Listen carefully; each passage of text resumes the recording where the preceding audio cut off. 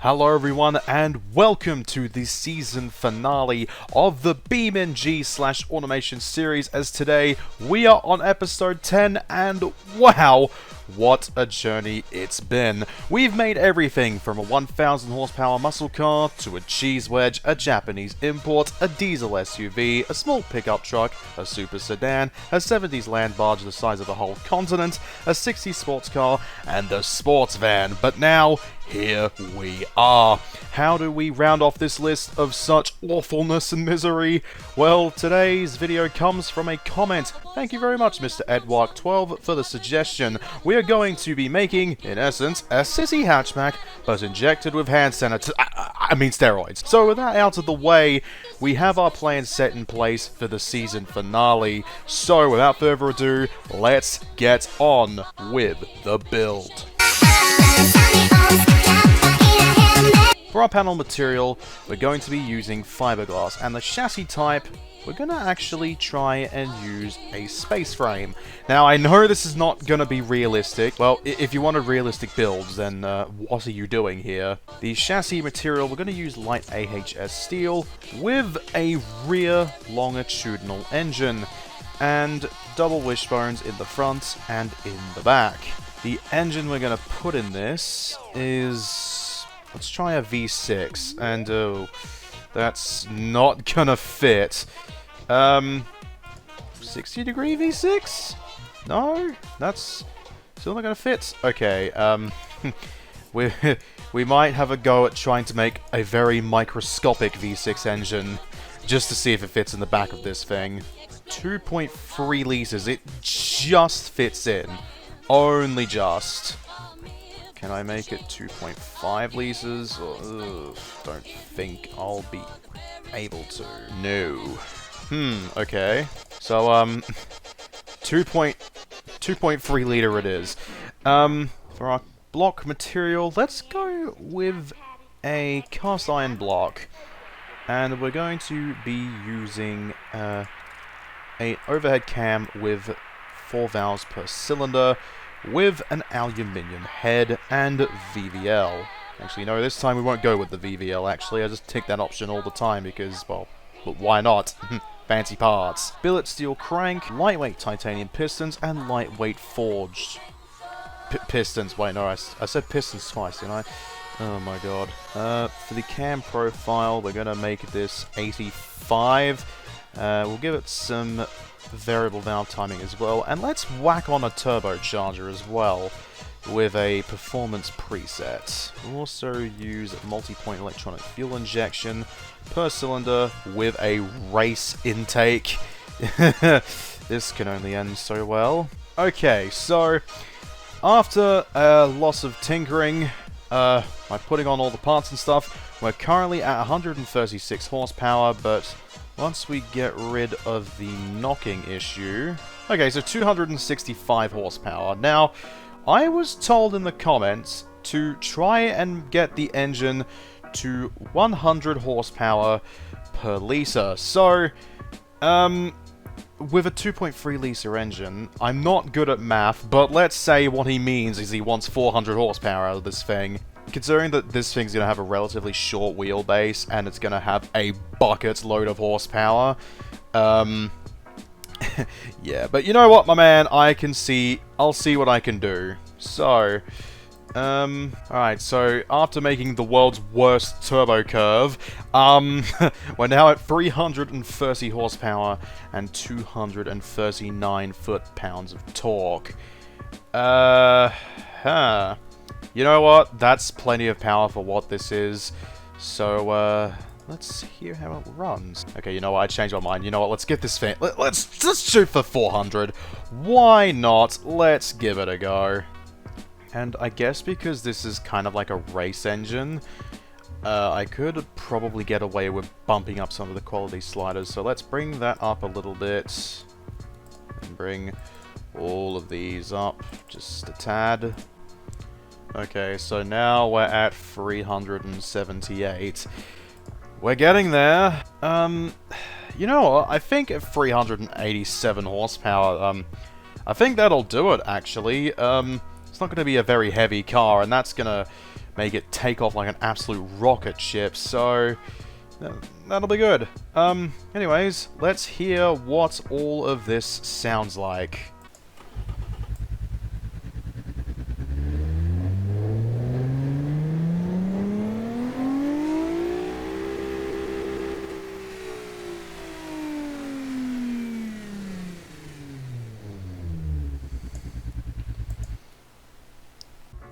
Alright, so let's move on to the morphing, and this body I've chosen kind of looks like an old generation Suzuki Swift. That's pretty neat.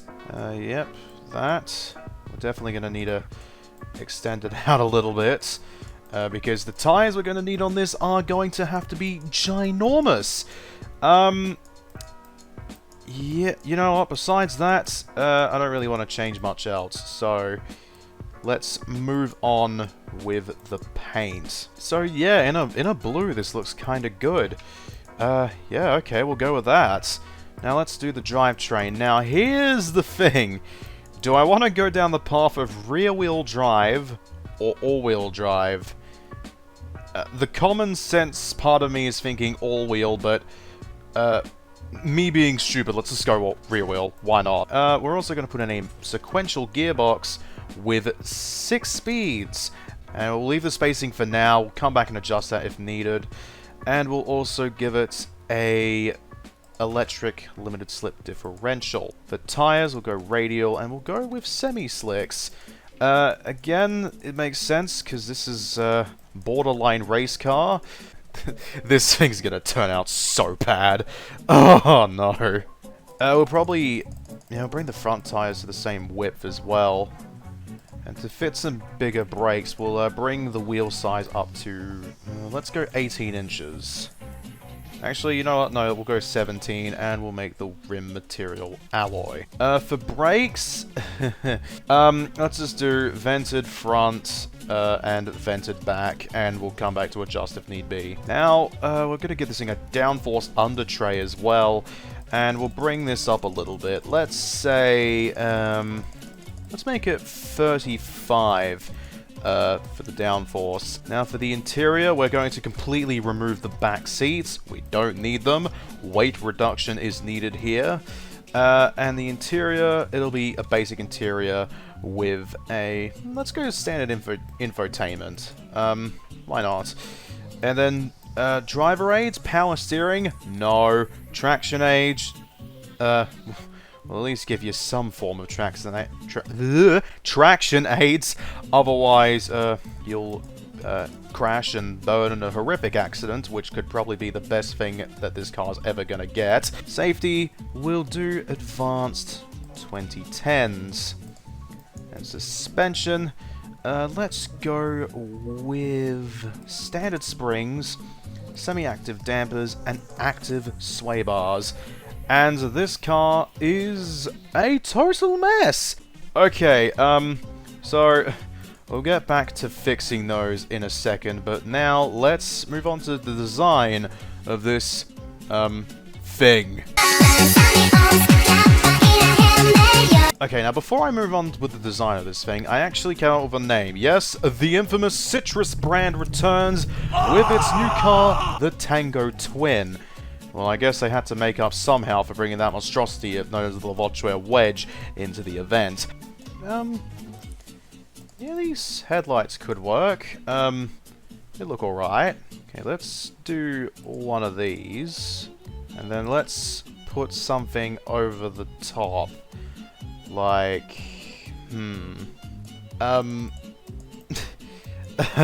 not gonna lie, this looks a little ridiculous, and bringing it to the front is not helping me, is not swaying my decision on this either. Actually, it could. Let me scale this a little bit. You know what, all things considered, it's not bad, but, you know what, no, let's try and find a different centerpiece here. This is looking a little bit like the, like Alfa Romeo styling, even though I'm trying to go for more Renault Twingo. It's not going too well. You know what? That's fine how it looks. So, yeah, I'm gonna go with this. And I'll just slap on whatever I used for the citrus logo. I don't remember what it was, so probably gonna get it wrong. I think it was this, but not too sure. We'll just use it anyways. Yeah, there we go. Okay, now I want to whack on a big grill down here, so how does this look? I mean, I guess it kinda does have a Renault styling to it. I mean, it could just be me, but I'm seeing a little bit of Renault Megane vibes from this. But it just looks stupid with this big smiling face on the front. Yay, I'm a track car! No, that's not gonna work, so let's use something else. Yeah? I want to try and experiment, something with this. And it's got some parts that look cut off, so if we sort of like continue the line they have and use some makeshift DRLs, maybe we can come up with something. I don't know what I'm thinking with these. Let me swap them over. So if we put those there. No, I'm gonna swap out this part with something else. Let's just go with just a basic wide open mouth like that. Yeah, yeah. I do like this little fog light arrangement that's going on though. Looks very rally car-esque, and yeah, that's pretty cool. And then, yeah, this is looking pretty good. I really like the front of this. But first, let's give it a lip spoiler. And no, I don't want to use this part here. We've used that for far too many cars, so I'm hoping that I can get something else that fits. Now, my hope is that I can use one of these. The car isn't that wide, so if I scale it out a little bit, it won't look too awkward. I mean, I guess it works. Unlike the sports fan, this is meant to be a fully fledged track car, so yeah, let's use this one then. That's good. Alright, now I want to move on to the side, and I'm gonna pick the wheels first. So, what looks best? I don't like those two. Or we could just go for these soccer ball wheels, you know what? That works too. Okay, yeah, we'll go with these wheels here. Those look good. We'll put a vent on the side so it provides cooling to our rear engine. You know, for a moment I actually forgot there was an engine in the back. I mean, there it is. Right there, in the back of the car. Okay, there we go. Nice. Okay, now, with that done, let's move on to the back. And I want to put the exhausts in a different place this time. Now, I'm gonna put the exhausts right about here. Now, because this is a track car, I don't know if I want to put I don't know if I'm gonna worry about putting number plates on it. I don't think I will, but we'll see. How could we? You know what? We could totally use this exhaust, and I think I will. I'll just see how it looks. Oh, actually, no. Let's just go with something that's more conventional. Okay, so that's our exhausts in place. What would be a good tail light? Would these fit on the back? Oh, they kind of do. Okay, that's convenient, but they won't curve around. God, it's a pain. Okay, yep, that's the tail lights done. Yeah, this back is kind of looking a little Renault Megane / Renault Twingo-ish. Okay, we'll put this little car... it's glitching through the body a little bit. Can't really do much about that, though. Okay, so... the badging situation was going well until the O showed up. And I can't even select it either. Oh, that's a pain. Oh well, the citrus build quality still haunts their modern day cars, so That's a shame. Alright, so that is the back of the Tango. Actually, you know what? Let's... can I try and fit a spoiler on this? It's not gonna... I don't even know if it's gonna fit well or not. You know what? All things considered, that kind of fits well, so we'll go from that. This car is very much rice from the factory, but if it works, it works, so I ain't judging. Alright, so here is the design of our Citrus Tango Twin completed. So let's go about fixing all this stuff here, and the car terminally oversteers. So, goodness. Okay, let's try and figure this out. Okay, so we've cured the oversteer simply by making the tires really wide, and I mean really wide. They're a couple of frickin' chonkers. Look at them, they're 300 millimeters wide. That's huge, that's like a frickin' Grand Canyon in the wheel arches. Okay, I'm sorry, I'll stop. What else we gotta fix?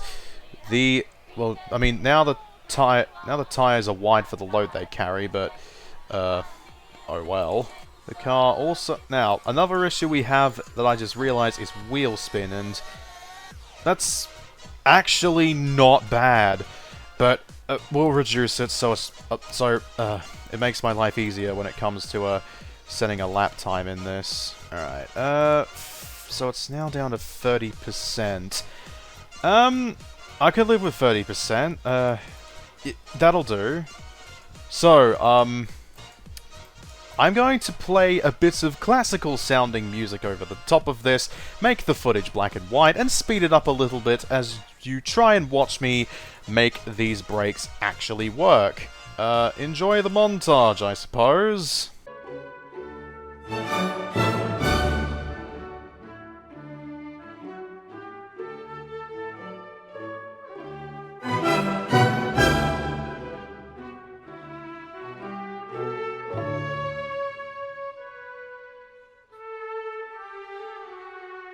Okay, ladies and gentlemen, you join me at the end of this montage simply because I decided to give up. Alright, so this thing is complete. The beautiful, misbadged, well, I say misaligned badge, I meant to say, misaligned badged Citrus Tango Twin. So, let's bring this beautiful automobile into BeamNG. So, I will see you guys in a bit. Alright, so now we're here in BeamNG, and I gotta say, this car, particularly in BeamNG, looks very, very good. It's up there one of the best looking cars I think I've designed, actually. It's really cool. I love the front fog light setup we got here. I also love the back of this as well. It's a cool car. I love it.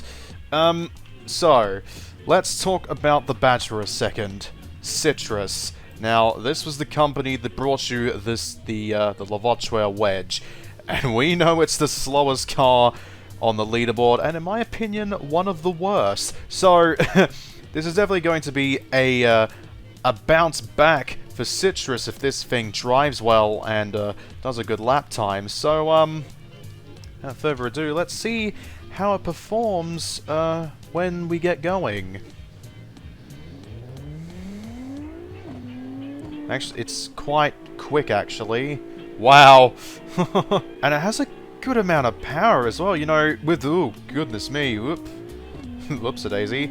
Anyways, as I was saying, its power is manageable as well. Like, I thought this thing would be almost crazily out of control with, you know, nearly 400 horsepower, but no, the brakes are a bit sensitive. No, but actually, this car is surprisingly manageable. Like, I mean, it probably comes down to the fact I had to modify the gearbox a little bit to have long gears, otherwise it would have been wheel spinning. So, that's why the acceleration doesn't feel as violent as it should. Oh, no. Okay, we actually got out of that crash unscathed. But yeah, it's a pretty solid driving car, and it handles rather Every time I say a good point about this car, it decides to spin out. And I think it could possibly bang in a very good lap time. Maybe, and this might be a hunch, maybe it could throw off the Imola GT. Who knows, we'll have to find out in a second. But for now, I'm just going to enjoy the drive in the wonderful Citrus Tango. Yeah, Citrus, wonderful. Whoever thought those two words would be used in the same sentence. By the way, can I just mention that I am hopelessly lost on this map? I have no idea where I'm going, and I just had a big accident. Like, Hirachi Raceway is a very, very confusing map, because it's a track, but there's so many different routes to take. So, you never know where you're gonna end up winding up. Alright. Well, I think that does it for our drive of the Citrus Tango. So let's see how it does when we bring it on to the automation test track. Alright, so let's see how the Tango does on the track as it goes off the line and approaches the first chicane. A very nice and tidy line through there. The short wheelbase is going to give it an advantage when it comes to those small, sharp turns. It's going to give it the ability to turn in easily. Understeers a bit through the first turn, though. Very uncharacteristic for a car of this nature, as it now approaches the second turn here. Quite a nice line through there, and goes off the track a little bit, actually, on the way out, as it now approaches the carousel. How's it going to do through here? Well, actually, it doesn't do that too badly. Now, here is where the surprising thing happens. Coming down the long straight, it actually hits a top speed of 150 miles an hour. That is as fast as the 1,000 horsepower Chrysler Rebel Hellhound. This car is seriously quick as it now approaches Bavarian Bend. Oh, I should have said earlier, through the slingshot, it actually went flat out through here. And understeers a little bit, but otherwise a very good line through Bavarian Bend there. This car is actually very, very fast. As it now comes down to the Kill Rob chicane, how's it going to handle through here? Nice on the way in and nice on the way out as well. Ooh, a very good lap being set here by the Tango. We could potentially be seeing a new lap record leader as we speak. Ooh, nearly loses it on the way into Adam's Apex now. But turns in, understeering again. It's all that weight. You'd think with the weight in the back it'd actually be kicking the back end out instead. But no, comes down to the second to last turn. Ooh, cutting across the grass. Oh, looks alright. Now down to the final turn. Oh, cuts it on the inside and powers down to the main straight. What time is it gonna do? And across the line. That looks like a very impressive lap time set by the Tango, but let's go to the leaderboard to see how it really did. So, the time for the Tango Twin was 2 minutes 14.02, which is enough to put it in second place. A rather good showing and quite a comeback for the Citrus brand. Alright guys, well that does it for this episode of the Automation/BeamNG series. This is it for the first season. This was our last build, and I enjoyed doing it. I hope you guys did as well. This car has been proper fun to just throw around. It handles very brilliantly, and I like the look of it. And yeah, it's an overall good car. I think for the event, it's going to do very well. Now, the event I'm also very excited for. We're finally going to get all 10 of the cars together and see how they perform head to head. And whichever car comes out on top, well, it's I don't know. I don't know which car's going to come out on top, actually. There's a lot of solid contenders in this series. Some not so solid as well, but yeah, you guys will be able to see that event soon enough. Again, I'm as I said in the last episode, I'm going to try and put a bit of effort into the editing in this one. So, yeah, it should be out. So, yeah, I'm going to take my time with it, and we'll see how it goes. But, anyways, that does it for this video. I hope you guys enjoyed. Leave a comment down below of what car you would like to see made for the second season of the Automation / BeamNG series. And I will see you guys at the big event thing. Yeah, I'm going to keep calling it that because I haven't unveiled the name yet. Anyways, take it easy, lads.